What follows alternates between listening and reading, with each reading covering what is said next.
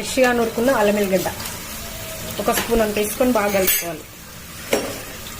అల్లం వెల్లిగడ్డ ఫ్రై అయిన తర్వాత పుదీనా కొంచెం, ఆనియన్స్ మంచిగా ఫ్రై అయిన తర్వాత లివర్లు వేసుకుంటున్నా. లివర్లు అంటే ఇది బోటివి కొన్ని ఉన్నాయి, మటన్వి కొన్ని ఉన్నాయి, మొత్తం ఆల్ మిక్స్ వేసుకుంది మా ఆయన.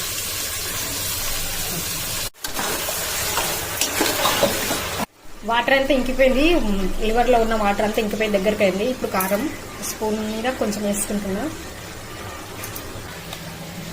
టమాటా కూడా ఇప్పుడు వేస్తున్నా. టమాటా ఇప్పుడు వేసినా మంచిగా మగ్గి గుజ్జులాగా దగ్గరకు అవుతుంది కూర. అందుకు కారం వేసిన వెంబడే టమాటా వేసా ఏ కర్రీలో అయినా. ఇంకో లివర్ కర్రీ అయితే రెడీ అయిపోయింది. ఇది చేసేటప్పుడు కుక్కర్కి దాదాపు నిండా వేసి చూడండి. గిన్నె ఎంత ఉంది, గిన్నె కొంచెమే ఉంది గిన్నె. ఇది దీంట్లోకి మాత్రమే అయింది.